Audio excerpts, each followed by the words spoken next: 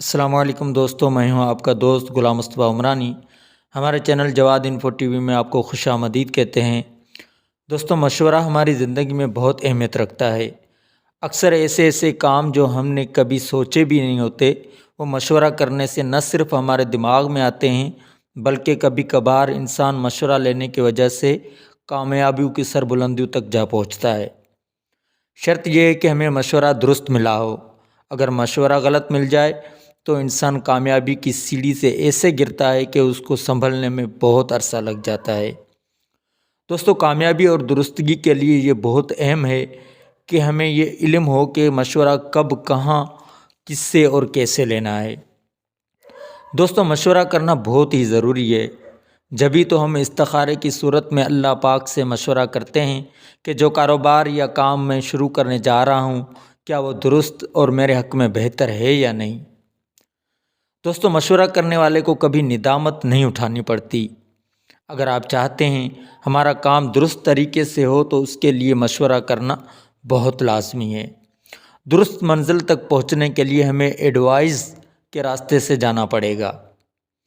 دوستو، کسی کے مشورے کو حقیر نہ جانو۔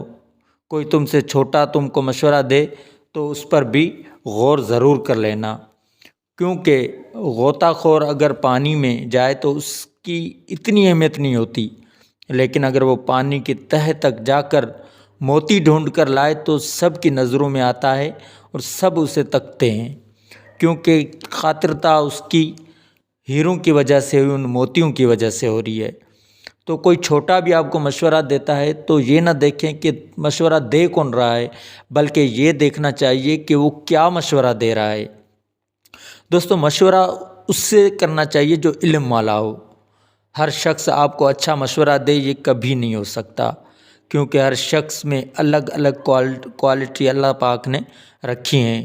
کئی لوگ ایک چیز کو پرکھنے کی صلاحیت رکھتے ہیں، لیکن انہیں دوسری چیز کے بارے میں علم نہیں ہوتا۔ دوستو، جب بھی جس سے بھی مشورہ لیں، فرداً لیں، انفرادی طور پر لیں، ایک سے الگ الگ طور پر مشورہ لینا چاہیے۔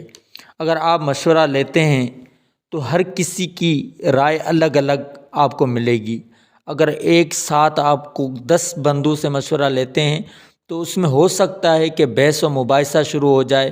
اگر کسی کا ایک کا مشورہ اچھا بھی ہے لیکن جو باقی 9 بچتے ہیں ان میں سے کوئی حسد کرنے والا ہوگا، کوئی اس کو حقیر کرنے والا، کوئی اس کو جھٹلانے والا، کوئی اس کو نیچا دکھانے والا ہوگا، تو کئی طرح کی باتیں جو اس میں سامنے آتی ہیں۔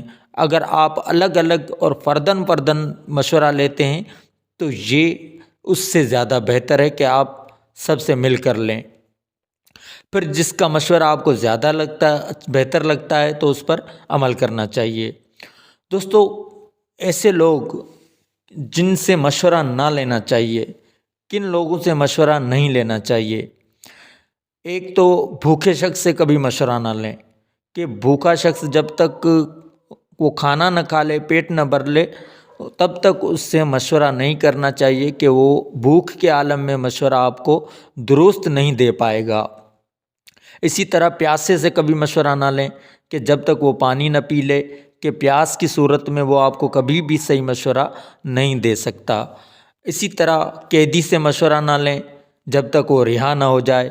اسی طرح تنگ دست جو آدمی ہوتا ہے، اس تنگ دستی جب تک اس کی دور نہ ہو جائے اس سے بھی مشورہ نہ کریں۔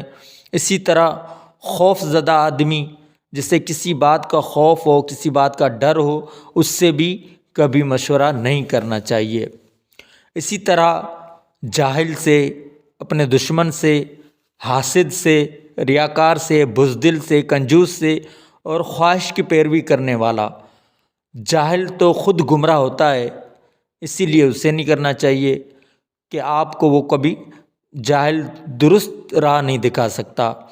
دشمن آپ کی ہلاکت چاہتا ہے، حاسد تمہاری نعمتوں کے زوال کا خواہش مند ہوتا ہے، ریاکار لوگوں کی مرضی پہ چلتا ہے، بزدل ہر مشکل مقام سے بھاگنے کا مشورہ دیتا ہے، کنجوس جمع مال کا حریص ہوتا ہے، اور اس کے علاوہ اس کی کوئی رائے اپنی قابل قبول نہیں ہوتی۔